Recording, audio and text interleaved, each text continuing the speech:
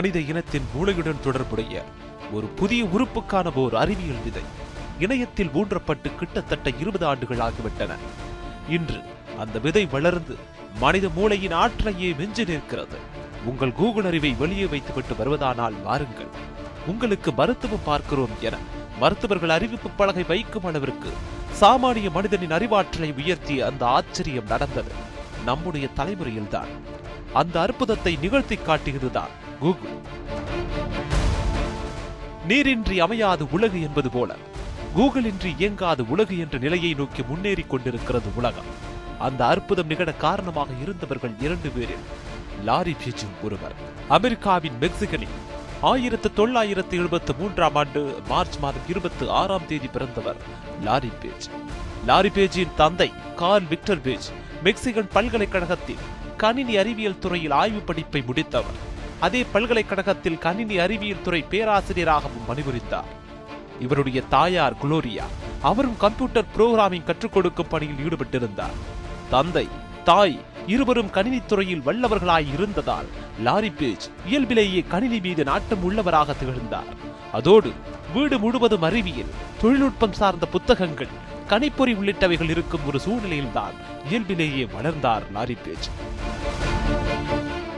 லாரியின் கணினி மீதான ஆர்வம் அவருடைய 6 வயதிலேயே அவருக்கு தொடங்கிவிட்டது. தொடக்க பள்ளியில் படித்த போது தன்னுடைய வீட்டு பாடங்களை வேர்ட் ப்ராசஸரில் செய்த முதல் மாணவன் லாரி. தன்னுடைய 12 வயதில் தான் பின்னாளில் ஒரு நிறுவனத்தை தொடங்குவோம் என்று தெரிந்துவிட்டது அவருக்கு.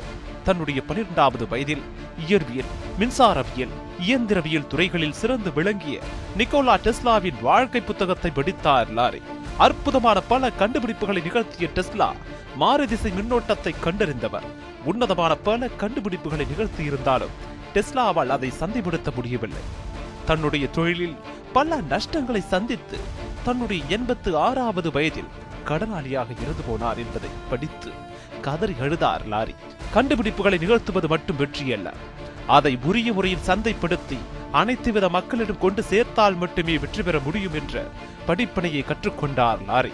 90களின் பிற்பகுதியில் தான் இணையம் புகழ்பெற்று வந்தது. தினமும் எண்ணற்ற இணையதளங்கள் முளைத்துக் கொண்டிருந்தன. முதல் இணையதளத்தையும் அதில் இடுகைகளை தேடி அறிய பிரௌசரையும் அறிமுகப்படுத்தினார் ட்ரம் பெர்னர்ஸ்-லீ. அவர்தான் URL, HTML மற்றும் HTTP போன்ற பெயர்களை எல்லாம் இந்த உலகத்துக்கு அறிமுகம் செய்து வைத்தவர். ஆரம்பத்தில் இணையம் யார் வேண்டுமானாலும் மேம்படுத்தக்கூடிய தகவல் மையமாகவும் அனைவரும் தங்களுக்கு தேவையான தகவலை தேடி எடுத்துக் கொள்ளக்கூடிய தகவல் களஞ்சியமாகவும் தான் வடிவமைக்கப்பட்டது. அப்படி துவக்கப்பட்ட இணையம் 1991இல் செயல்பட தொடங்கியது. இணையம் தகவல் மையமாக அமைந்தாலும் அந்த தகவல் எங்குள்ளது என எப்படி அறிவது என்ற கேள்வியை இணையத்தை அடுத்த கட்டத்துக்கு கொண்டு சென்றது. இந்த கேள்விக்கான விடையை இணைய நிறுவனங்களின் முன்னோடியான யாஹூ தந்தது. ஸ்டான்ஃபோர்ட் பல்கலைக்கழக மாணவரான ஜெர்ரி யங் மற்றும் தொழில்நுட்ப வல்லுநரான டேவிட் பைலோ இணைந்து இணையதளங்களின் பட்டியலை உருவாக்கினார்கள். வகை வகையாக இணையதளங்களை பிரித்து காட்டினார்கள். இணையத்தின் டைரக்டரியாக அவர்கள் உருவாக்கிய பட்டியல் இருந்தது.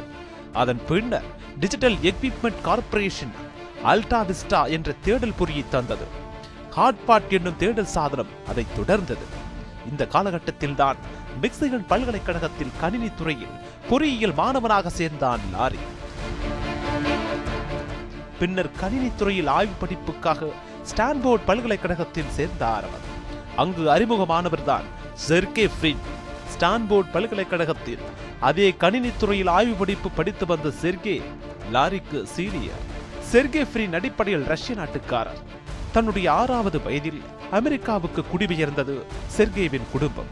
மேரிலாந்து பல்கலைக்கழகத்தில் தன்னுடைய தாத்தா தந்தையைப் போலவே கணிதவியல் மற்றும் கணினி அறிவியலில் தனது இளங்கலை படிப்பை முடித்தார் அவர்.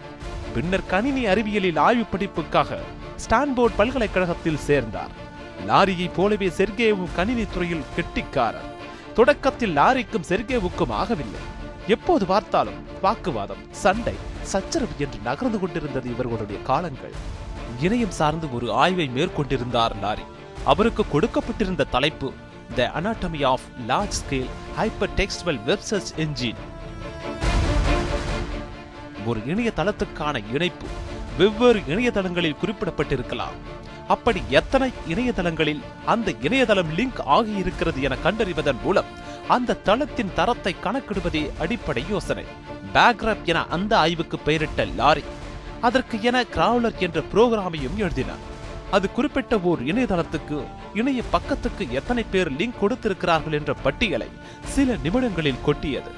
ஆனால் அந்த பட்டியலில் உள்ள எத்தனை இணைய பக்கங்கள் உண்மையான தகவல்கள் உடையவை என கண்டறிய வேண்டிய சவால் இருந்தது. அப்படி கண்டறிவதன் மூலம் தகவல் அதிகம் உள்ள பக்கங்களை பட்டியலின் முதல் வரிசையிலும் செறிவற்ற பக்கங்களை பின்வரிசையிலும் தள்ளிவிடலாம் என நினைத்தார் லாரி. அந்த சமயத்தில் லாரிக்கு கை கொடுத்தவர்தான் செர்கே ஃப்ரின். லாரி பேஜ் சுமார் 7.5 கோடி இணைய பக்கங்களை பேஜ் ரேங்க் என்ற சூத்திரத்தின் அடிப்படையில் தரவரிசைப்படுத்தும் நுட்பத்தை உருவாக்கினார். செர்கே ஒவ்வொரு இணையதளத்தின் தகவல்களை ஆராய்ந்து தரம் பிரிக்கும் அல்காரிதத்தை உருவாக்கினார். இருவரது கடுமையான உழைப்பில் பேக்ரப் வடிவம் பெற்றது. ஆரம்பத்தில் ஸ்டான்ஃபோர்ட் பல்கலைக்கழகத்தின் இணைய பக்கங்களை தேடுவதற்காக google.stanford.edu என்ற பெயர் கொண்ட இணைய பக்கம் இருந்தது. லாரியும் செர்கேவும் உருவாக்கிய அல்காரிதத்தின்படி இயங்கிக் கொண்டிருந்தது. அந்த நேரத்தில் யாஹூ, ஹாட்பாட் போன்ற தேடுபொறிகள் இருந்தாலும் தேவையானதை துல்லியமாக தேடி எடுக்கும் உருப்படியான ஒரு தேடுபொறி இல்லை. வெளியீடாக கொடுக்கப்படும் வார்த்தைகளை கொண்டு தேடி ஒன்றுக்கும் ஆகாத தகவல்களை எல்லாம் தேடிக்கொட்டும் தெளிவற்ற தேடல் இயந்திரங்களே இருந்தன. அதனால் லாரிக்கு உருப்படியான துல்லியமான தகவல்களை எடுத்து தரும் ஒரு தேடல் இயந்திரத்தை உருவாக்க வேண்டிய நிர்பந்தம். இருவரும் இணைந்து ஒரு தேடுபொறியை உருவாக்கினார்கள். சரி, தேடுபொறியை உருவாக்கியிற்று. அதற்கு என்ன பெயர் வைக்கலாம் என்று யோசித்து கூகுள் என்ற பெயரை தேர்ந்தெடுத்தனர். கூகுள் என்பது கணிதத்தில் இருக்கும் ஒரு எண்முறை. ஒன்றுக்கு அடுத்து 100 பூஜ்ஜியங்களை சேர்த்தால் என்ன வருமோ அது. அதாவது தங்கள் தேடுபொறி அந்த அளவிற்கு பக்கங்களை வரிசைப்படுத்தும் என்ற நோக்கத்தில் தேர்ந்தெடுத்தனர். அதை பதிவு செய்ய முயற்சித்த போது google.com என்பதற்கு பதிலாக google.com என்று பதிவு செய்துவிட்டனர். எனினும் அந்த பெயர் அது சிலிக்கன் பள்ளத்தாக்கு பொறியியலாளர் ஒருவரால் ஏற்கனவே பதிவு செய்யப்பட்டிருந்ததுடன் அந்த பெயரை அவர் அப்போது விட்டுக் கொடுக்கவும் சம்மதிக்கவில்லை. எனினும் லாரிக்கு கூகுள் என்ற பெயர் பிடித்துவிட்டது. துவக்கத்தில் இதை உருவாக்கி முடித்ததும் இந்த தேடல் நுட்பத்தை யாஹூ போன்ற பெரும் தலைகள் யாருக்காவது விற்கலாம் என்பதுதான் முடிவு. கூகுள் முதலில் 1998 யாஹூவிடம் $1 பில்லியன் விலை பேசியது. ஆனால் யாஹூ அதை வாங்க மறுத்துவிட்டது. எக்ஸைட் நிறுவனமும் $1 பில்லியனுக்கு வாங்க மறுத்துவிட்டது. 1999 எக்ஸைட் நிறுவனத்துக்கு $1 மில்லியன் விற்க கூகுள் முன்வந்தது. ஆனால் எக்ஸைட்டின் செயல் நிர்வாக அதிகாரி அதை வாங்க மறுத்துவிட்டார். தன் தவறை உணர்ந்து 2002 $3 பில்லியனுக்கு விலை பேசியது யாஹூ. 5 பில்லியன்களுக்கு குறைந்து கொடுக்க முடியாது என லாரியும் செர்கேவும் மறுத்துவிட $5 பில்லியன் கொடுத்தெல்லாம் ஒரு தேடல் இயந்திரத்தை வாங்க வேண்டுமா என்று ஒதுங்கிக் கொண்டது யாஹூ. ஒருவேளை அன்று யாஹூவிடம் கூகுள் விலை போயிருந்தால் என்னவாக இருக்கும்? இணையத்தில் இவ்வளவு புரட்சிகள் நடந்திருக்குமா என்பதும் சந்தேகம்தான். பின்னர் தாங்களே ஒரு நிறுவனத்தை உருவாக்கலாம் என்று முடிவு செய்தனர் செர்கேவும் லாரி. லாரி நடுத்தர குடும்பத்தைச் சேர்ந்தவர். செர்கேவும் பணக்காரர் இல்லை. பணத்திற்கு என்ன செய்வது? பிட்சா சப்ளை செய்து சம்பாதித்த காசில் தங்களுக்கு தெரிந்தவர்களிடம் என்று கம்ப்யூட்டரை வாங்கி தங்கள் ஹாஸ்டல் அறையில் முதலில் கம்பெனியை ஆரம்பித்தார்கள். சன் மைக்ரோ சிஸ்டம்ஸின் நிறுவனர்களில் ஒருவரான ஆன்டி பெக்டோல்ஷிப் திறக்கவே படாத நிறுவனத்திற்கு $1 லட்சம் கொடுத்தார். அதன்பின் $10 லட்சம் முதலீடாக கிடைத்தது. லாரியின் நண்பரான சூசன் கலிபோர்னியாவைச் சேர்ந்தவர். ஹார்வர்ட் யூனிவர்சிட்டியில் வரலாறு மற்றும் இலக்கியத்தில் பட்டப்படிப்பை முடித்தவர். ஸ்டான்போர்ட் பல்கலைக்கழகத்தில் பேராசிரியராக இருந்த சூசனின் அப்பாவின் மூலம் நண்பர்கள் ஆனார்கள். மென்லோ பார்க்கில் உள்ள தன்னுடைய வீட்டில் இருந்த கேரேஜை வாடகைக்கு கொடுக்க முன்வந்தார் சூசன். கூகுளை துவக்கினர். அந்த கேரேஜில் 6 பணியாளர்களோடு தங்களது நிறுவனத்தை துவக்கினார்கள் லாரியும் செர்கேவும். அந்த நிறுவனத்துக்கு லாரி தலைமைச் செயல் அதிகாரி, தலைவர் செர்கே. கூகுளின் முதல் பணியாளர் கிரேக். 1998 செப்டம்பரில் கூகுள் ஆரம்பிக்கப்பட்ட போது ஒரு நாளைக்கு 10,000 தேடல்களை சராசரியாக செய்தது. அந்த ஆண்டின் டாப் 100 வலைதளங்கள் என பிசி மேகசின் வரிசைப்படுத்திய பட்டியலில் கூகுளும் இடம் பிடித்தது. இவர்கள் உருவாக்கிய தொழில்நுட்பம் பிரபலமடைந்ததை அடுத்து இருவரும் தங்களது ஆய்வு படிப்பை பாதியிலேயே நிறுத்திவிட்டனர். கார் கிரேஜில் இருந்த இந்த நிறுவனத்தின் அலுவலகங்கள் 1999 மார்ச் மாதம் சிலிக்கன் பள்ளத்தாக்குக்கு மாற்றலாகின. கூகுள் ஆரம்பித்த ஒரு வருடத்தில், அதாவது 1999 செப்டம்பரில் 3.5 மில்லியன் தேடல்களுக்கு பதிலளித்திருந்தது கூகுள்.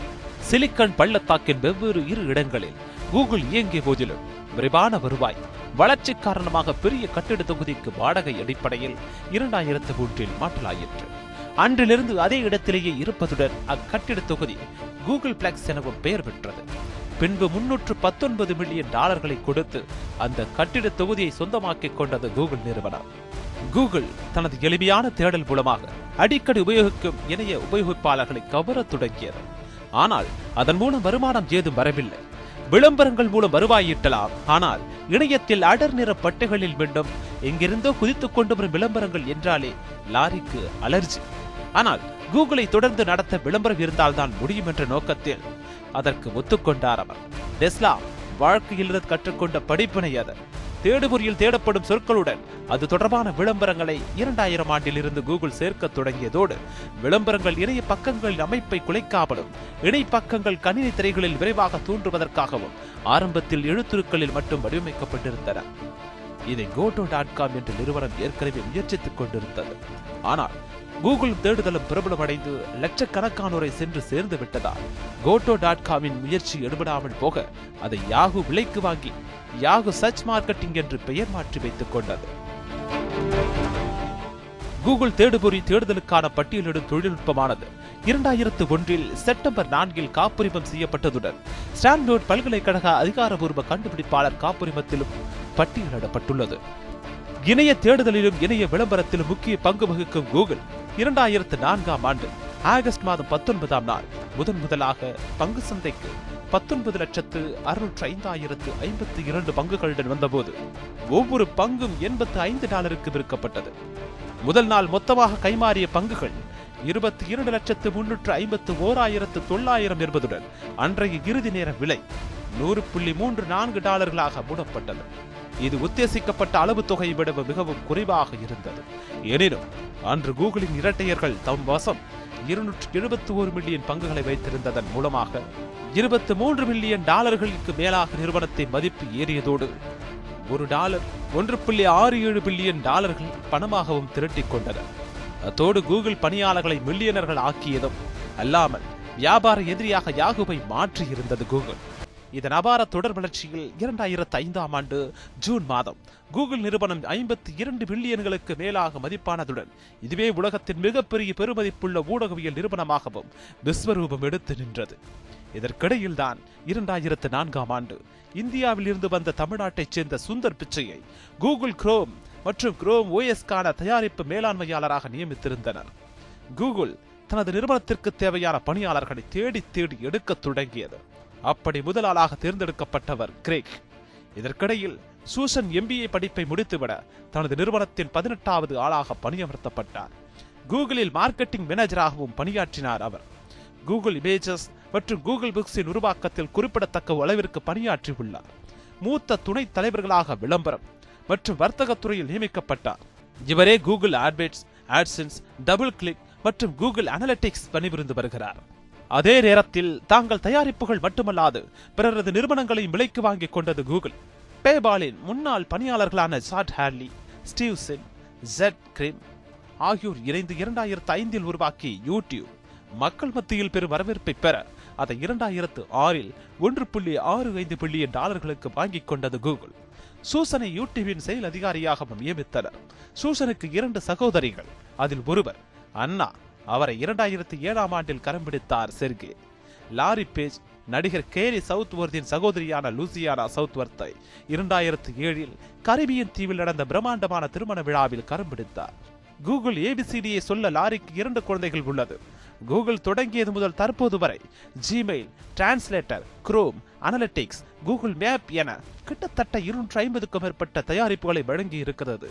1997 முதல் அதன் லோகோவில் சிறு சிறு மாற்றங்களை செய்து பயன்படுத்தி வரும் கூகுள் 2015 G என்ற லோகோவை அறிமுகப்படுத்தியது.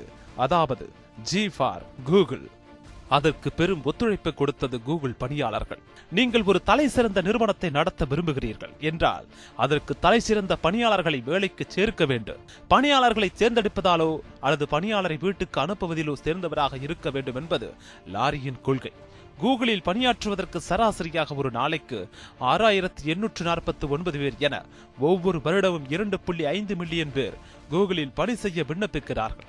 அத்தனை விண்ணப்பங்களையும் பரிசீலிக்கிறது கூகுள். கூகுளில் பணியாற்ற விண்ணப்பிப்பவர்களிடம் ஒரு பள்ளி பேருந்தில் எத்தனை கோல்ஃப் பந்துகள் கொள்ளும்? 8 பந்துகள் இருக்கிறது. அதில் 7 பந்துகளின் எடை சமமானது, ஆனால் 1 மட்டும் எடை அதிகமானது. தராசை கொண்டு 2 முயற்சிகளில் எது அதிக எடை கொண்ட பந்து என்பதை எப்படி கண்டுபிடிப்பீர்கள் என்பது போன்ற கேள்விகள் கேட்கப்படும். லாரியை பொறுத்தவரை தேர்வுக்கு வருபவர்களின் எண்ண ஓட்டத்தை விட விடை பெரிய விஷயம் கிடையாது. அழுத்தங்களுக்கிடையில் எப்படி சிந்திக்கிறார்கள் என்பதே விஷயம். அதோடு பணியாளர்களுக்கு தேவையான வசதிகளை அவர்கள் வேலை பார்க்கும் இடத்திலேயே உருவாக்கி கொடுத்துவிட்டால் அவர்கள் ஏன் அந்த இடத்தை விட்டு போக போகிறார்கள் என்று எண்ணம் தோன்ற கூகுள் பிளெக்ஸில் பணியாளர்களுக்கு தேவையான அத்தனை வசதிகளையும் செய்து கொடுத்து விட்டது கூகுள். மற்ற கார்ப்பரேட் நிறுவனங்கள் போல் அல்லாமல் கூகுள் நிறுவனத்திற்கென தனி கலாச்சாரம் உண்டு. கூகுள் நிறுவனம் ஒரு நிறுவனம் போல் அல்லாமல் வயது வந்தோருக்கான விளையாட்டு களம் போல் இருக்கும். கூகுள் பணியாளர்கள் ஓய்வு நேரங்களில் பில்லியர்ட்ஸ் விளையாடலாம், ரிலாக்ஸாக பாடல்கள் கேட்கலாம், மசாஜ் செய்து கொள்ளலாம், ஸ்விம்மிங் பூலில் குளிக்கலாம், முடிவெட்ட சலூன், துணிகளை அங்கே இருக்கும் வாஷிங் மிஷினிலேயே துவைத்துக் கொள்ளலாம், சோப்புத்தூள் முதற்கொண்டு அத்தனையும் இலவசம். அது மட்டுமல்லாது தங்கள் செல்ல பிராணிகளை தங்கள் கூடவே அலுவலகத்திற்கும் கொண்டு வரலாம். கூகுள் பணியாளர்கள் எதிர்பாராத விதமாக இருந்துவிட்டால் அவர்களது துணைக்கு அடுத்த 10 வருடங்களுக்கு அவர்கள் வாங்கிய சம்பளத்தில் 50% ஒவ்வொரு வருடமும் வழங்கப்படும்.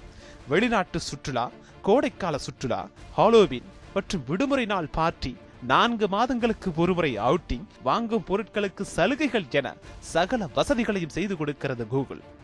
இவ்வளவு வசதிகளை செய்து கொடுத்தால் எப்படி வேலை பார்க்காமல் இருப்பார்கள்? கூகுளின் அபார வளர்ச்சியால் அதற்கு உலகம் முழுவதிலும் 50 நாடுகளில் 70க்கும் மேற்பட்ட அலுவலகங்கள் இருக்கிறது.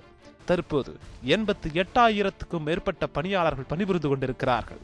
தலைமையகத்தில் வேலை பார்ப்பவர்களில் 59% அமெரிக்கர்கள், 32% ஆசியர்கள். லாரி பேஜ் தன்னுடைய பணியாளர்களிடம் எல்லோரும் விரும்பக்கூடிய தொழில்நுட்பங்களை உருவாக்க வேண்டும். அந்த தொழில்நுட்பம் எல்லோரிடமும் ஒரு தாக்கத்தை ஏற்படுத்த வேண்டும். நாம் அழகான அதே அளவு வீரியமாக உருவாக்கும் தொழில்நுட்பத்தை மக்கள் அதை தங்கள் டூத் பிரஷை போல ஒரு நாளைக்கு 2 முறை பயன்படுத்த வேண்டும் என்று அடிக்கடி அறிவுறுத்துவார். G for Google. சரி, ஜி தவிர மற்ற எழுத்துக்கள் இருக்கிறதே என்று யோசித்தனர் லாரியும் செர்கேவும். கூகுளை நம்பகமான திறமையான ஒருவரிடம் ஒப்படைக்க வேண்டும். யாரை தேர்ந்தெடுப்பது என்று யோசித்தார் லாரி. கூகுளை திறம்பட நிர்வகித்து வந்த கூகுளின் வைஸ் பிரசிடென்டாக இருந்த சீனியர் சுந்தர் பிச்சையிடம் ஒப்படைத்துவிட்டு ஆல்பாபெட்டுக்கு சிஇஓவாக இருக்கிற லாரி பேஜ் பிரசிடென்டாக செர்கே பிரினும் பொறுப்பேற்றுக் கொண்டனர். ஆல்பாபெட்டின் இலக்கு ஏ முதல் இசட் வரையிலான அனைத்து எழுத்துக்களும் தங்களது தயாரிப்புகளைத்தான் நினைவுபடுத்த வேண்டும் என்பது. ஏ ஃபார் ஆண்ட்ராய்டு தொடங்கி இசட் ஃபார் ஜெட்செட் என்று அத்தனை எழுத்துக்களுக்கும் திட்டத்தை தொடங்கி பல சேவைகள் பல கோடி மக்களை ஏற்கனவே சென்றடைந்து விட்டது. சில சேவைகள் இன்னும் உருவாக்கத்தில் இருக்கிறது.